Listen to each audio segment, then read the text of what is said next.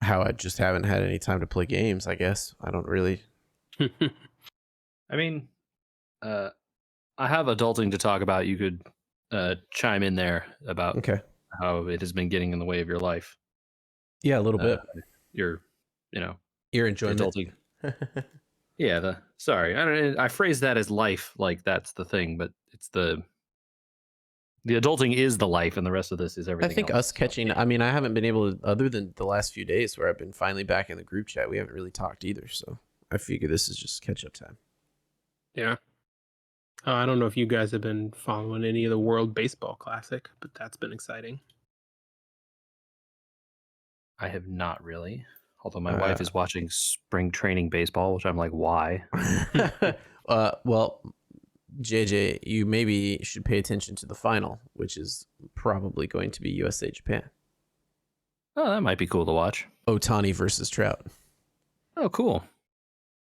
I mean, it sounds like the person to actually be watching is Trey Turner, who's been hitting 8 million home runs, and I don't know what Trout's been doing. It's just interesting that the Angels are going to be on opposite sides when they can't get to the World Series. That's a cool story. Hey, I mean, what's the meme? Like, this is almost as good, like, pained, sad face. Like, Are you winning, son?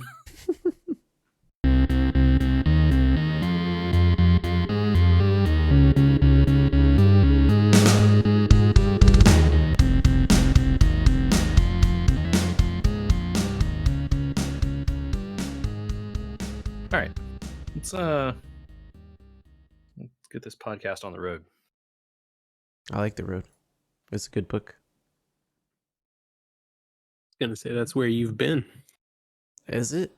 I feel like maybe I would have been in the past. Now I'm just sort of bouncing between two places that are about a mile apart.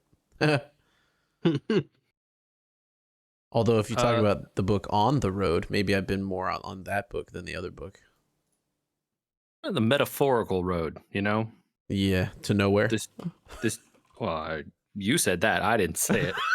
This journey through life that we're all on We Were Gamers episode 350. Oh, is that? I'm sure that Matthew McConaughey would have something to say about that. I'm sure he would. Hey guys, we're back. It's been a little break. Things have been really crazy over here in the We Were Gamers land, as I'm sure our on assignment editor Andy can attest to. Yeah, we took an inadvertent 1 week break. Sorry about that. I was not able to complete the edit in a way that made me happy about an old episode, and ran out of time to make that happen. So a week break happened. Hey, I'm sure the folks out there understand. And it's not just that things have been crazy for you personally, although that also has been true. It has been true, yeah. I'm sure things are just crazy everywhere. I don't know if this is the case for you guys, although I'm guessing that it is since we're not that far apart. It's just been a torrent of rain constantly. Yes. Yes, it has. This has been one of the reasons that my life has been upside down. Is I have run an event that cannot be rained upon. That seems bad for trying to run it this time of year, the one time of year in which rain happens in this state. This year in particular. Yeah, what is now the wettest year in 20 years or something like that? Something like that, and more on the way. Yeah, I mean, hey, all those reservoirs were really low. Now they're full again. That's good, I guess. Too full, by the way. Of course. Feast or famine, right? Can't win. Oh, yeah, they're damaging levees and dams and all that, right?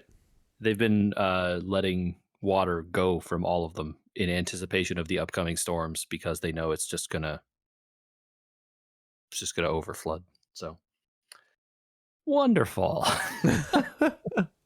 Also, I hope you don't have allergies because the pollen has been crazy as well in the wake of all this rain.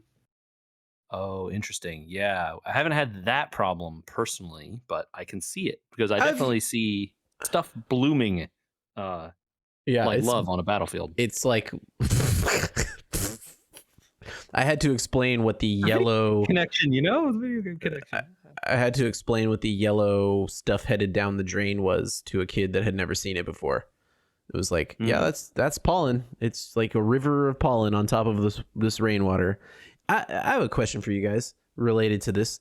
I used to have, even within the last 15 years, extremely bad allergies to pollens and mostly pollens. I mean, like I went to Sacramento, one of the worst places for pollens in the world, and I almost had like an attack.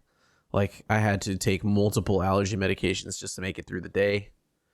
And I was wondering, have you guys grown out of anything or grown into anything? Like some for some reason my body has been like, nah, we're good with all this stuff now, and my eyes have stabilized and they're not changing, and they haven't changed for like 2 decades, and my allergies have now just seemed to have disappeared. Like I have not sneezed since I can remember from allergies.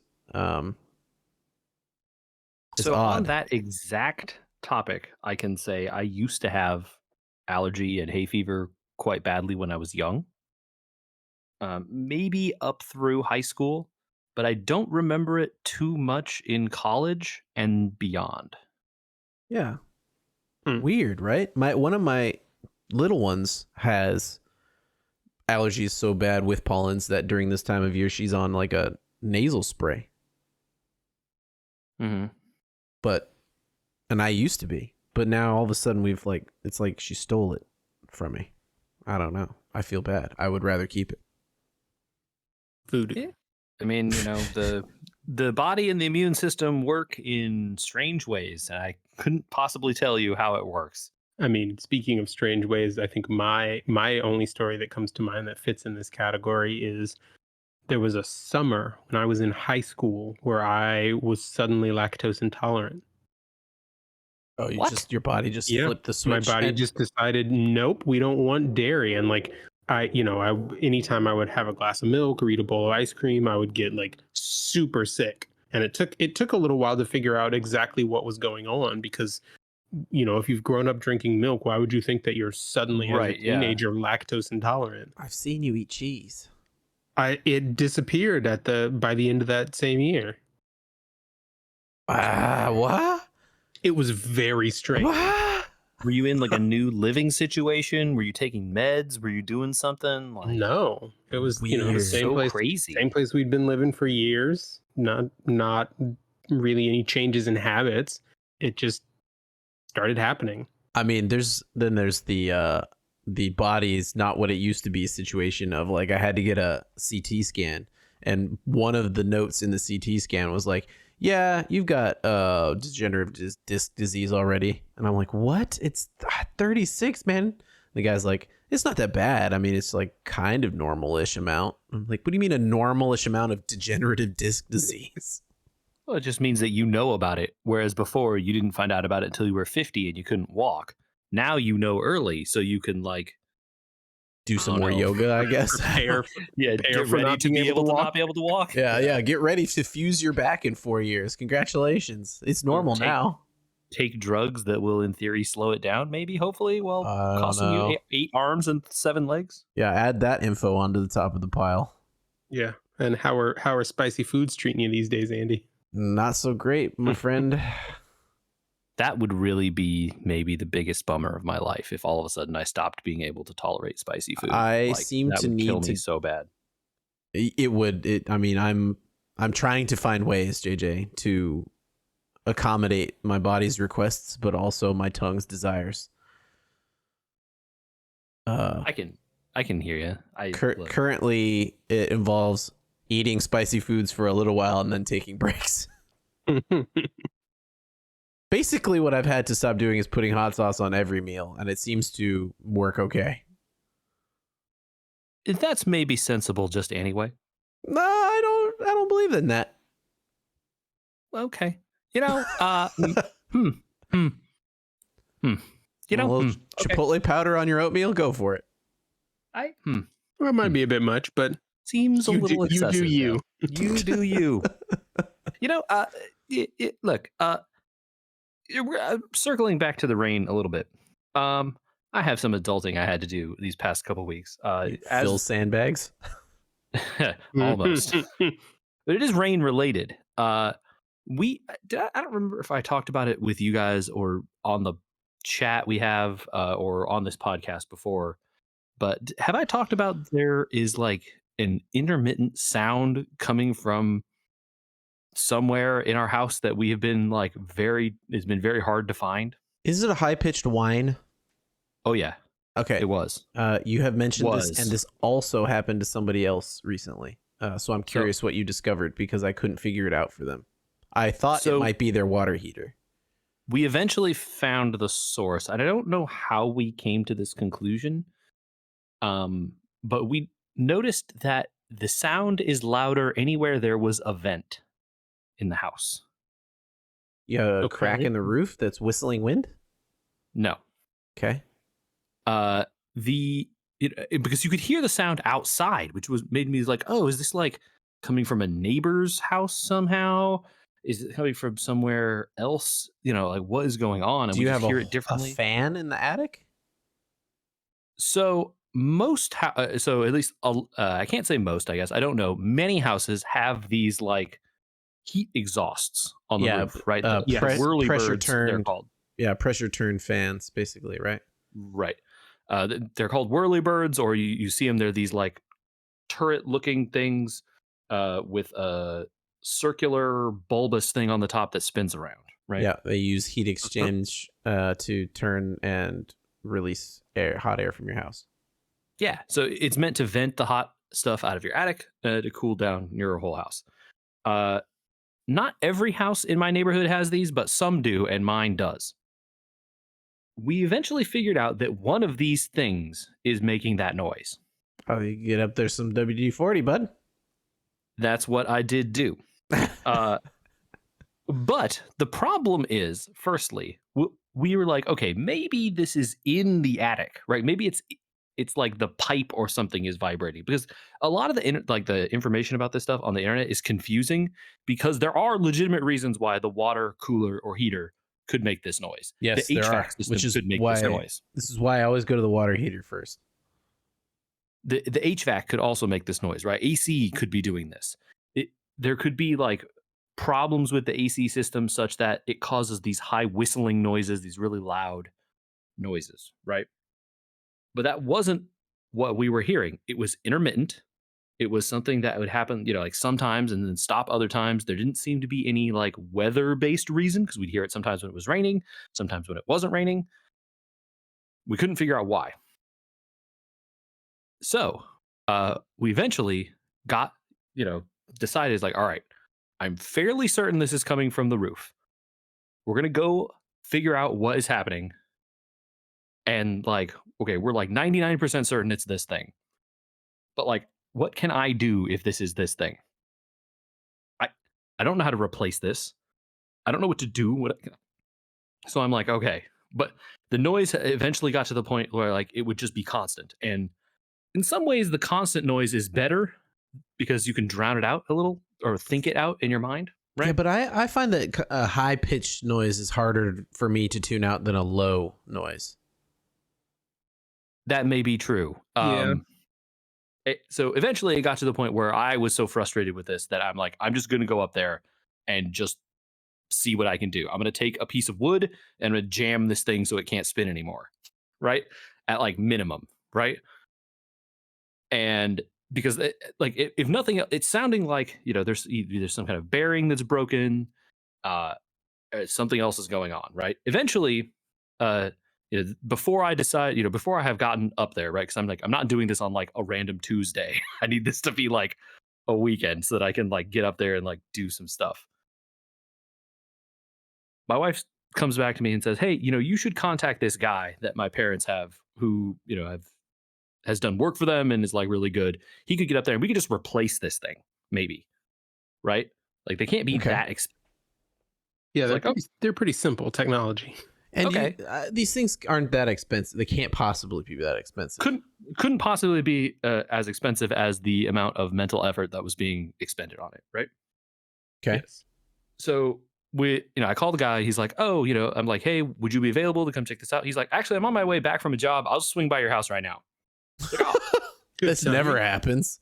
this But never okay. happens. All right, great. I'm here. Come on over. And he's like, I don't have my tools or anything. Like, I'm just in my truck. Like, do you have a ladder? I'm like, yeah, I've got a ladder. Yeah. He's like, okay, great. I'll come over. So he comes over.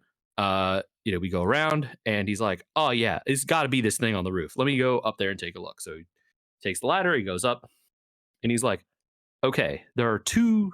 There's something going on here. This thing is like not spinning. Balance. It's not balanced or something. Okay. And Yeah. it was, as it rotates, it is tilting on its axis. And when it rotates, it hits this screw. And the rubbing sound is it hitting the screw. And it's like, oh, okay. And I'm not up there with him because I'm like making sure the ladder doesn't fall over. And I'm like, oh, okay. Well, that seems easy to fix. He's like, yeah, this screw is one of those ones that has like a head, right? It sticks out. He's like, so what if it's rubbing against the head of this screw? Well, if we just replace that with like a flat screw that doesn't have a head, then it won't rub anymore, right? I'm like, Yes, oh, okay. I love these types of solutions. It's I'm just like, okay, well, this is like, you can this is just do this pretty- now. yeah, And he's like, sure. yeah, I got screws. Like, here. And so, he goes and gets a drill and like goes back up there and does it. And then it was quiet. It was like, oh my God, he fixed it, right? Like, yes. And then another week of rain came. No. Did you put a screw in there that was not meant for outside? No. Oh, it was Uh, not quite the the right se- size. And the sound returns, right? To be fair, a different sound, right? It was a different sounding sound now, but it was still definitely in the same class of sounds. And so I'm like, okay, like I'm going up there now. And I get up there, and it's not rubbing against the screw. So it's not that, because I looked at that and I see, oh, this is a different, like I can tell the one that was replaced because the other ones look old and this one doesn't. And it's not hitting that. It's not the wobbliness is not touching that screw. So it's not that. And like I stop it with my hands, and like I just like, forcibly turn it. It sounds outside, the sound sounds so different than when you're inside. It's like a squeak, it's like rusty or something. So like you said, Andrew, I go back down, I grab a WD-40 and I come up and I just soak the entire soak it, baby. like structure that's holding this thing up. Yeah. And since then, silence. No squeaky.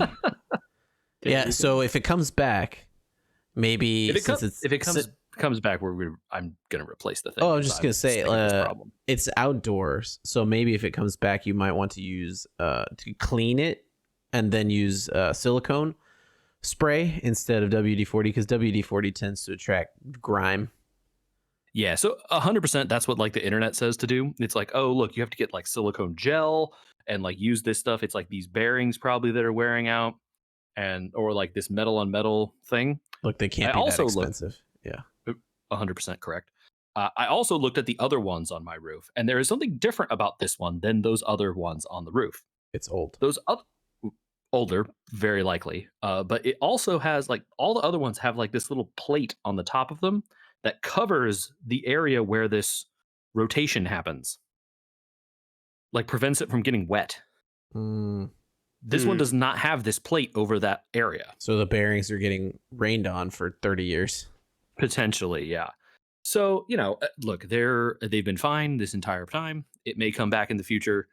I will probably just replace the dang thing at that point, because again, how expensive could it really be? How are you on ladders and roofs? I gotta know. My wife wasn't super happy about me doing this. I felt okay once I got up there, but the getting up there part didn't feel super great, I'll say. Yeah.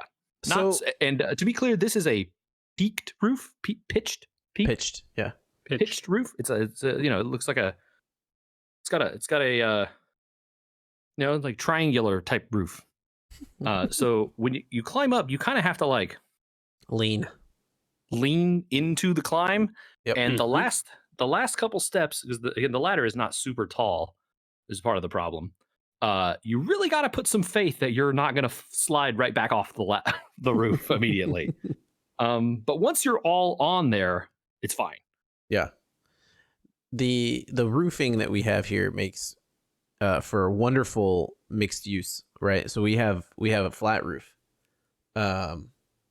which is great because you can go out on it and I can stand on it and hang my Christmas lights on the second story by just standing there, right?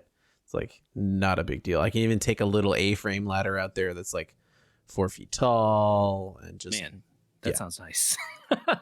yeah. We have solar panels on the second story, so to get up there, you have to get an extension ladder that goes, a full story's worth. You're already a story up. Now you're on an extension ladder on the second story. The roof siding actually is higher than the roof. It's kind of like a parapet style design, by a good 2 to 3 feet maybe. So you kind of have to like do a leg swing off the ladder.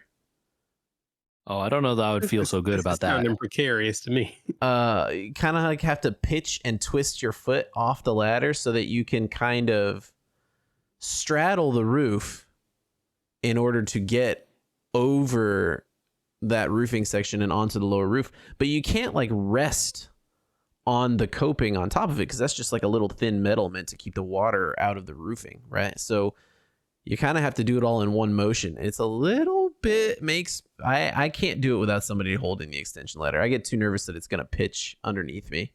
Yeah, as I twist my foot. and then you're lost forever. Yeah, I would not be super excited about doing what you just described. I'm not super afraid of much. I'm definitely not really afraid of heights. But for some reason, I get a little bit queasy doing that once a year when I got to go clean those things. Yeah, I got to say that the heights isn't the problem with getting up on that roof. The problem is that last step where you sort of just have to trust that you're now on the roof and not on the ladder anymore and everything is cool. Yes. Yeah, that would be the scary part if there's a scary part. The climbing up the ladder to how high the ladder goes, whatever. Like that's not a big deal. Since we're talking about feet, can I chime in with something you guys talked about while I was gone? Sure, please. Michael, you had a step challenge at work? Still going. Or a biking challenge is what they should call it. Fitness challenge, yeah. The tie your pedometer to a fan challenge. You said something that you wished that they did that I thought you should know exists and is in an ecosystem you enjoy. Okay. You said you wished that you knew how far that you were getting by doing this thing. I don't know if you remember the Wii U pedometer. I do, yeah. So Wii U Fit had a system in it where you could challenge other people on the Wii. So my wife and I would do this where we would both wear the pedometer and she would beat me every single day. And you put the information into the Wii U by tapping the pedometer or whatever. And Wii U Fit takes that and you choose a challenge course, and the course is like Mount Fuji.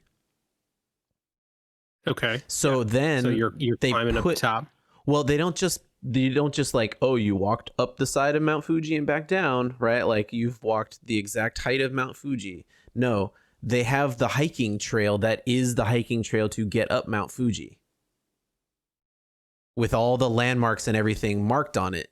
So you could know, like, if you had gone to Mount Fuji and hiked it, it would take you 9 days, the amount of steps you take per day or whatever. Pretty sweet. That's pretty cool. I like that. I thought it was kind of like an interesting way to do it. And they did that all over the world on different like cool trails and stuff like that. And you could like read stuff about what you had just passed. Like, oh, if you're hiking Kilimanjaro, you just passed base camp 1, you know?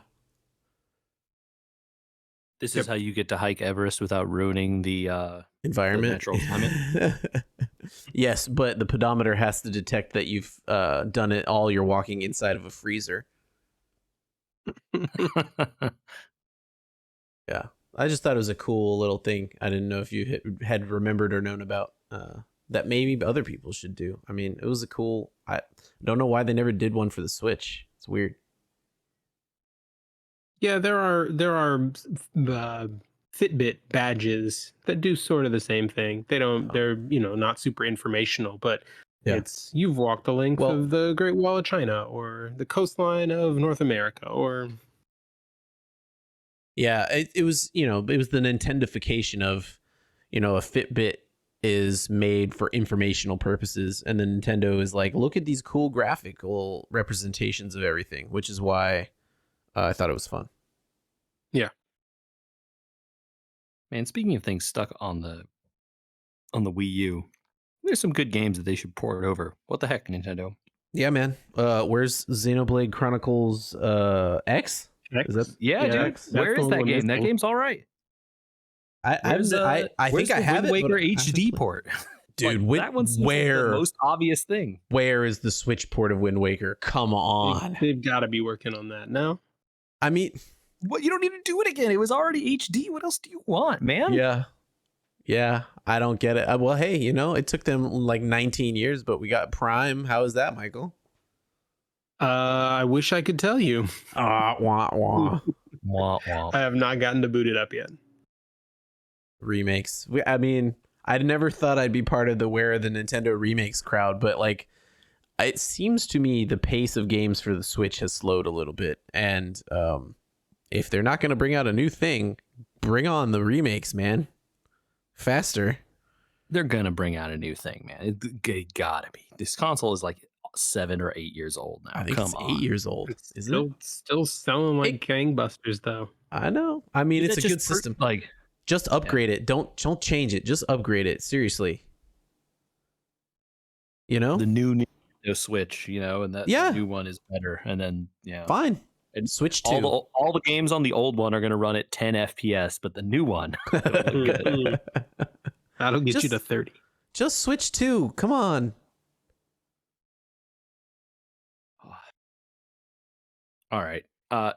Guys, we've done a lot of talking here, and I need, now that Andy is back, I'm sorry, Michael. Uh-oh.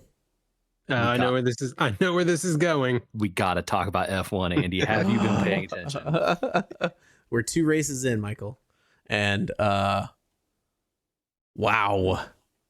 We've Is the already season started just at over, 11. Andy? Are we done? Just give him the crown. We can all watch Formula 1.5 now. Did we? I mean, I was watching Formula 1.5 in the first race. The second race, I was like, there's not going to be a way he does this, right? There's no way he does this, right? Yeah. I think the book is closed on the quality of Max Verstappen as a driver. Michael, Yeah, he started in 15th and finished second. 15th out of 20, to be clear. Ooh. You don't do that in F1. At least no one else does. And it was 15th out of 20. He finishes second, and there's a sizable gap. What to was third. it like? No, well, so Alonso was 5 seconds behind him.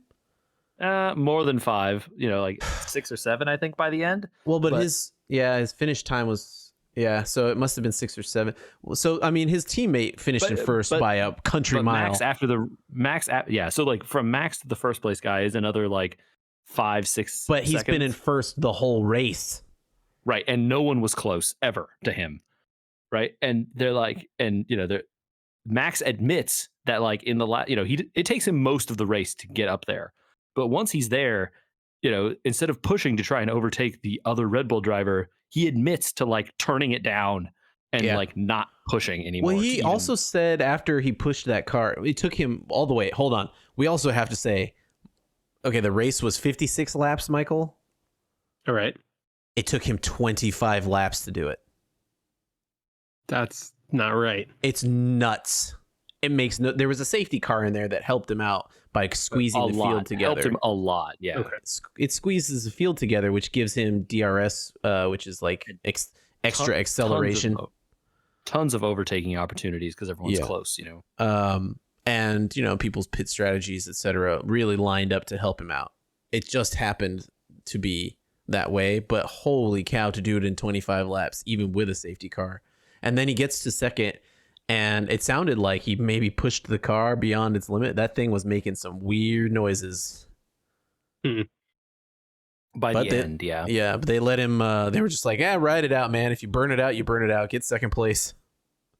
It was a, yeah, I think Max said that, they had him, after it was clear that like no one was going to catch them, they had him back the mode down, back his max pace down a little bit, like moderate his maximum speed that he would do, until the very last lap where they're just like, whatever, go for it. If you want to get the fastest lap, because there's a point involved for getting the fastest lap. Okay. I think, go for it. Yeah. Fastest lap was cool. It was cool to see him get it. Did you catch the radio before that? No, I didn't. So they sometimes play the radio from the drivers to the teams to sort of give you, here's what the people are talking about. Max comes over the radio and talking to his, the engineer that's guiding him.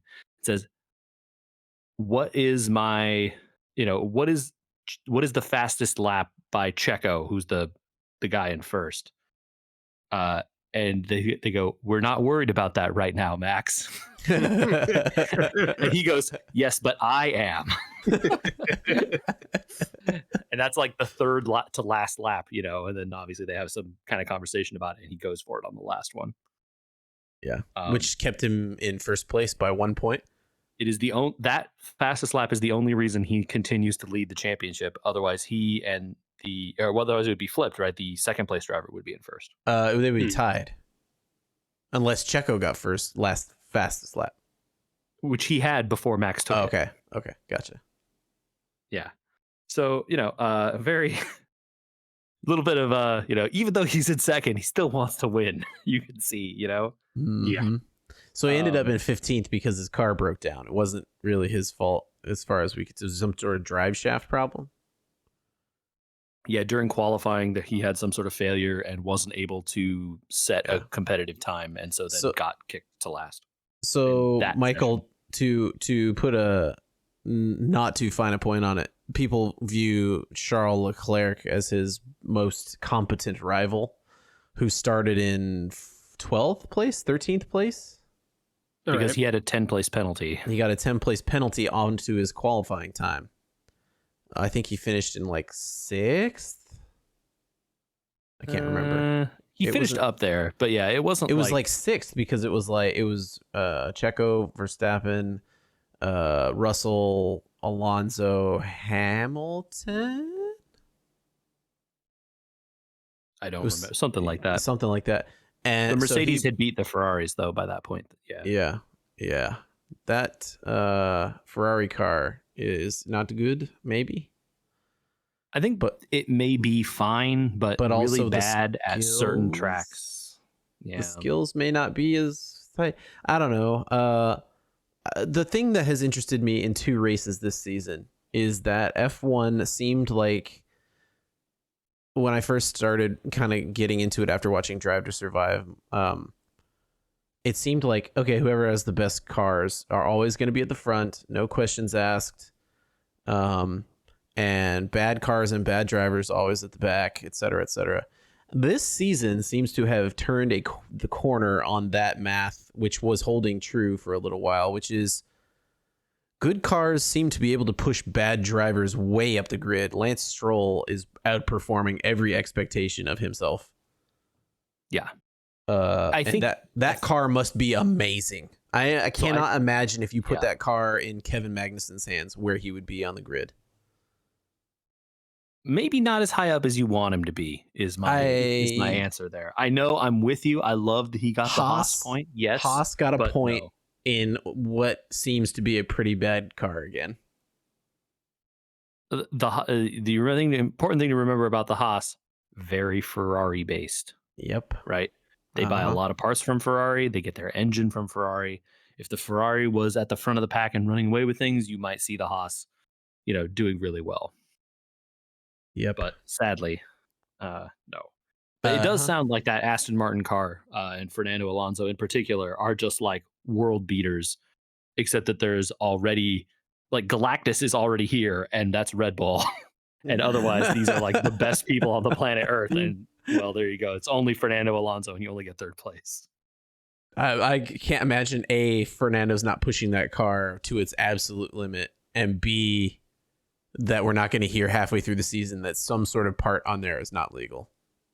He's driving the wheels off that car, man. He is doing like the utmost, and it's clear because like it's the same machinery, right? He and Lance have the same car, especially this early in the season, where like maybe as the season goes on, they introduce upgrades and they only have time to get one, and they put it on the better driver. Like that stuff happens.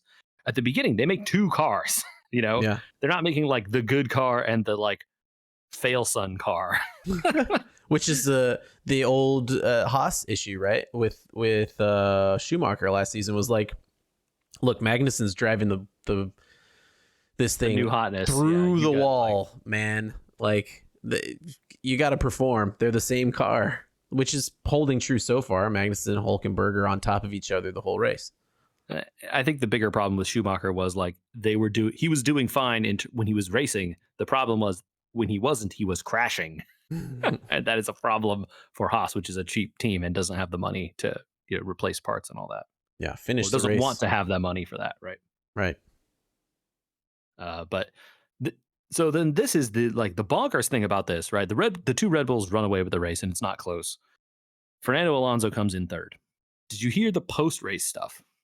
I saw. So Michael, if you get a penalty during the race, which Alonso did at the beginning, right? 5 seconds for start infraction. Okay. His car was misaligned in his box at the start. Like he was over the line to the left or something, or on the line to the left. Anyway, not where he was supposed to be within the box. You're supposed to be in a certain way. The box is slightly bigger than your car, but you can't be on the line or like off to the side or anything. You have to be inside the box, and he was not. We all know Alonso doesn't make mistakes. So, advantage? Question mark? Who knows? They give him. Who knows, right? They give him a 5-second penalty. So, Michael, I don't know if we've described this before, but if you get a penalty during the race, you have to serve it on your pit stop. If you have a pit stop, right? Okay. If you make a stop, otherwise they tack it onto your time at the end. Yes. So you pull into the pit. The car has to fully stop rolling, and no one is allowed to touch it for 5 seconds. Here's the thing. The wording on this rule is very strange. No one can touch it for 5 seconds or for the amount of time the penalty is being served, and no work can be performed on the car during that time. It's worded very weird, and I don't know why, and this will come back up later. I guess because you could, in theory, not touch it but fix something. I was gonna say, yeah. Are they trying to close a loophole with that? They worded the rule so weird. You'll hear why what happens. And so the race ends. The race ends. Fernando Alonso is in third place. Everyone's they have the ceremony. They're losing their minds. The Aston Martin team is over the moon. 10-second penalty will be assessed for Fernando Alonso for infractions on his serving of his time. And that puts him down to fourth because the third place person now overtakes him with that. So George Russell, who is beating himself up over getting passed by Alonso earlier in the race and not catching back up, is told while fuming in the pit that he is now third place. Congratulations. Sorry, didn't get to go on the podium. And they take the trophy from Alonso and give it to Russell. Right? Like, while Alonso is like celebrating with his team, they take the trophy away from him and walk over to where George Russell is doing interviews and give him the trophy. And then, understandably, the Aston Martin team is outraged and is like, what's the infraction? Yeah. What's the infraction? What did we do? They say someone touched the car, right? And to be fair, this happened in the previous race. Someone on the Alpine team had a penalty, right? And it wasn't served properly because someone, like a mechanic or someone, went in and touched the car with their screwdriver or whatever before the time was served. Legitimate penalty. They did the wrong thing, right? They touched it too early. Like you could see, they did the freeze frame analysis on the clock as it's ticking down, and there's like some point milliseconds on there, and the guy's wrench is touching the car. Easy. Yeah. The video on Alonso's stop, no person is touching the car, but the rear jack, like the person who lifts the car up, the rear jack is touching the car. Not the person, though. So does that count as doing work on the car? And this is the argument that Aston Martin says. Well, we had these meetings about this stuff after the last race that said everyone agreed that this is not working on the car. And they're like, the front jack is allowed to touch the car, like by explicit agreement, not in the rules, but like by explicit agreement that everyone else has, because it helps the front to jack safety issue. Right. You want the front jack there so that the car stops and so that the car can be guided into the correct place in the pit box. Otherwise, like they could be off to the left or off to the right and hit people and all sorts of things, right? Sure. And so that's allowed to touch the car, and that's okay. By agreement, it's not in the rules, right? So if you apply the letter of the law, every car needs to be penalized because they're all doing this, right? And meanwhile, Aston Martin submits video evidence of like 8 other stops that should be penalized now under this rule. Sure. And the people are like, yeah, you know what? We were wrong. Sorry. Penalty unrescinded. You can have third place back. Yeah. What are they doing? I hope one of the two of them just smash that trophy. Right? Yeah. Like, people, like, this is okay. If this is the problem, right? And you want to decide that the rules need to change and you want to enforce the letter of these laws. Okay. You had a good hour of race to review this footage and make this decision? Yeah. And explain to them later instead of changing your mind again? Yeah. And then they could have come back to you and said, like, oh, no, this is the rules and here's how it works and blah, blah, blah. Like, that all could have been done while other people were off doing stuff and the race was happening and, like, nothing exciting was happening on the track. We didn't need to, like, have this after the fact kerfuffle that takes 48 hours to resolve or whatever. Or less than 48, but, like, 16 hours to resolve. Unbelievable. This is a professional sporting organization. Are they? I mean, millions of dollars on the line. Yeah. And like, if they wanted this to be the way the rules were worded, they could just take that part about working on the car off and just say no one can touch the car. Rule is clear. No one can touch it, right? Nothing can touch the car. Very clear then, right? But they add all these weird little wiggle rules in there that, like, now there's an agreement that was talked about with everyone before the race, and that makes a difference. But that wasn't in the rules. So, like, what is, I imagine if we have any lawyers listening, all of them are like, oh my God, this is being decided based on verbal agreements. What's going on? Like, the drama off the track is better than the drama on the track, Andrew. I think that's the Formula One slogan. It seems to be the Formula One's MO. I mean, I thought there was a decent amount of drama watching Verstappen go from 15 to 2.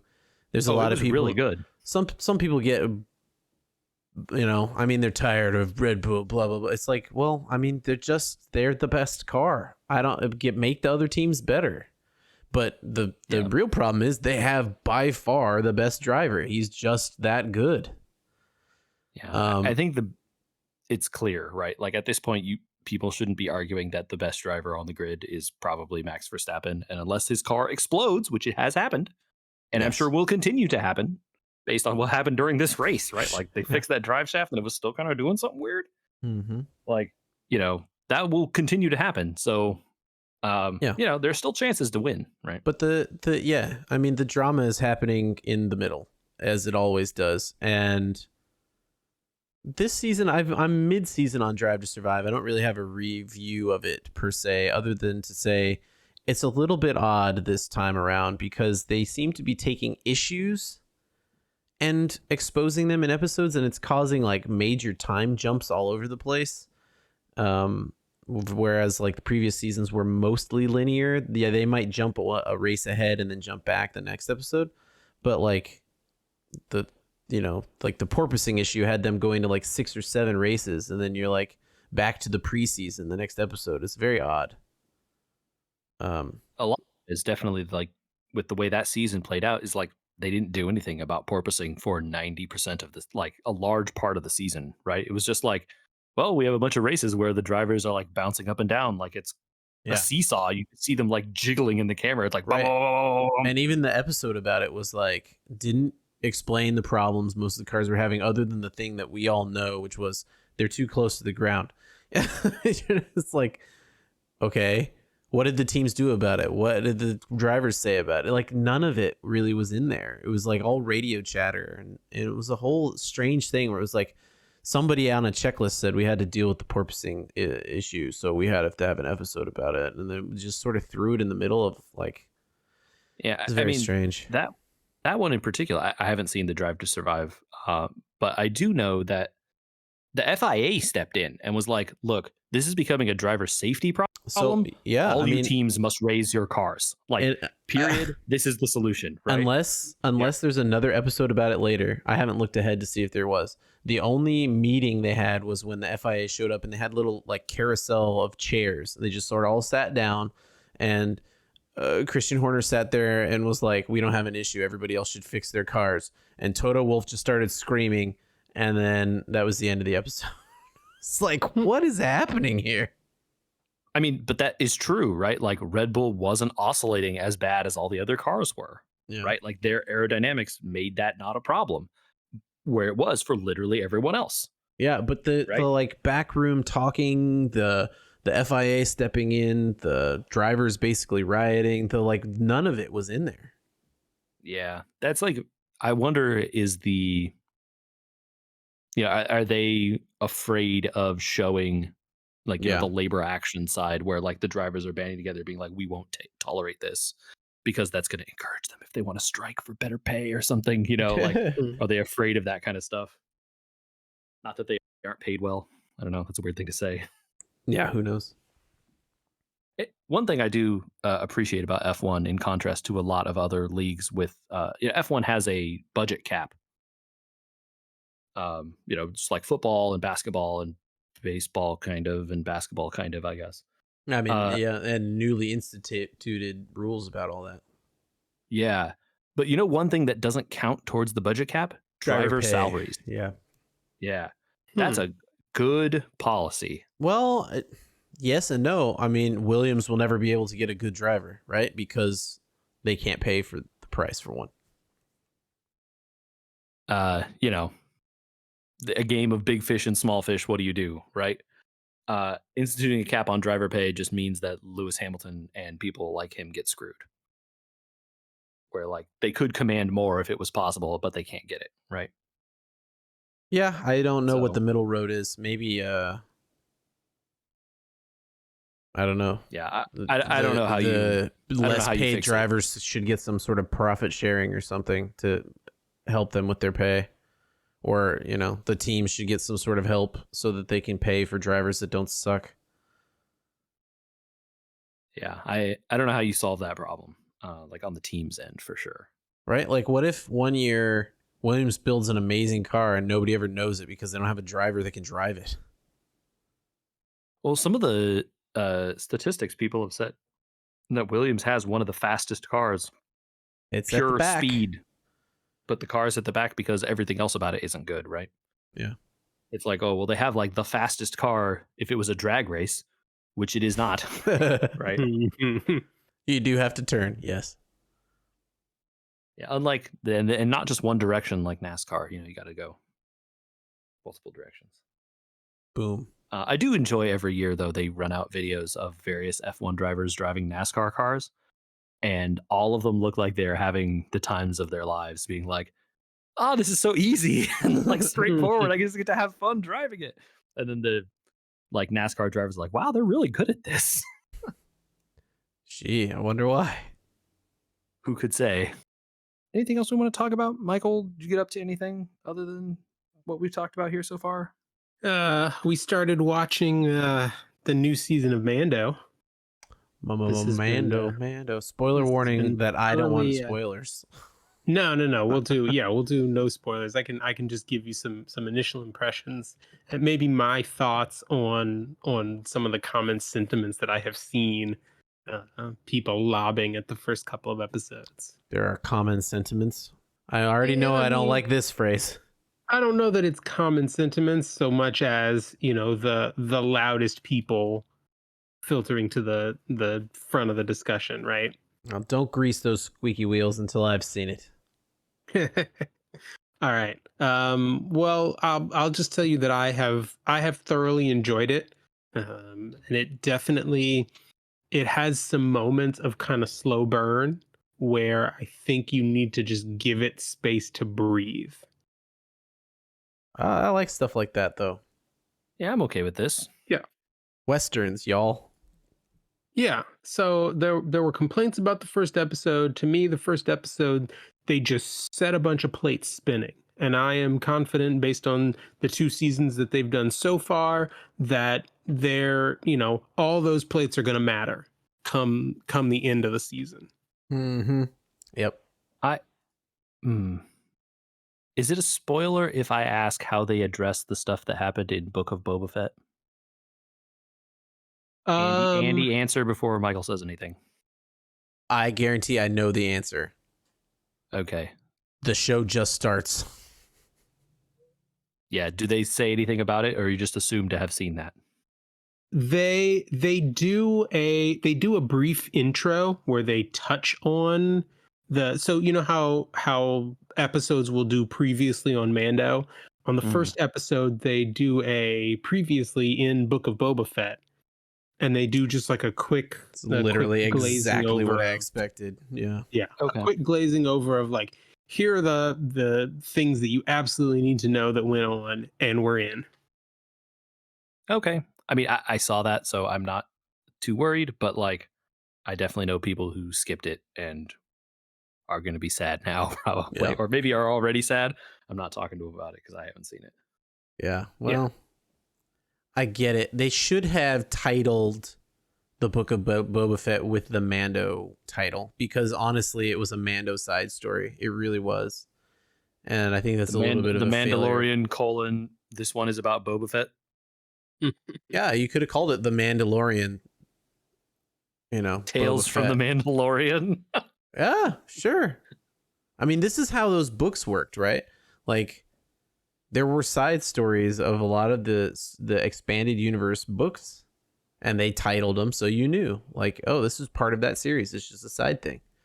And I don't think that's on the viewer not to be like, I don't want to watch Boba Fett as an old guy or whatever that show's about, and then not finding out that it was actually a Mandalorian show. It was a fun surprise for the rest of us. All right. Yeah, the Book of Boba Fett, a Mandalorian side story, a Star Wars story. Rogue 2. I don't know. I'm trying to think of other, like, what are other subtitles we could use. All right. Well, good stuff. I wanted to point out to everyone that people should watch Everything Everywhere All at Once. I'm very excited about the number of Oscars that it won. I want it to be on something other than Showtime, please. Yeah, I assume that will happen here eventually. All I can say is good for them. And I guess maybe I'll just rent it. That's also an option, right? Yeah, $3, Amazon. I'm sure it'll show up Fine. eventually one of these days. So up to you. Otherwise, it was great having you guys back. Glad we could catch up. Yay, the band back trio. together. And for the folks out there, Andy, where can they find us? Podcast at weimergamers.com. Yeah, It's an email address for sending in emails. I know you guys wanted to do some emails, so maybe we'll send in questions, comments, concerns. Don't send Mando spoilers. Come on.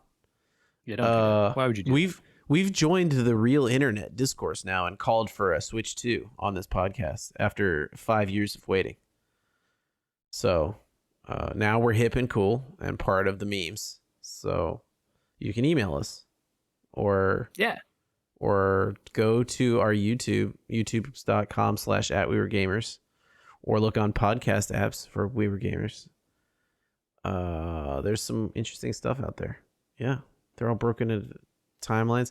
YouTube added some sort of feature. I haven't figured it out yet.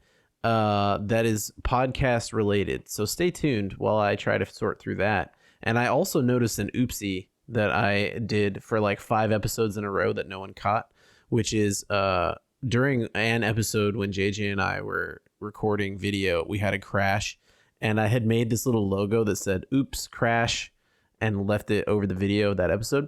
But it was on a part of the timeline that I couldn't see unless I scrolled up. And so every episode after that continued to have that overlaid at that specific at that time. exact moment. So I wonder in 10 years if there'll be a bunch of comments about that. That'll be funny to figure out. But YouTube's fun for that reason, in my opinion. So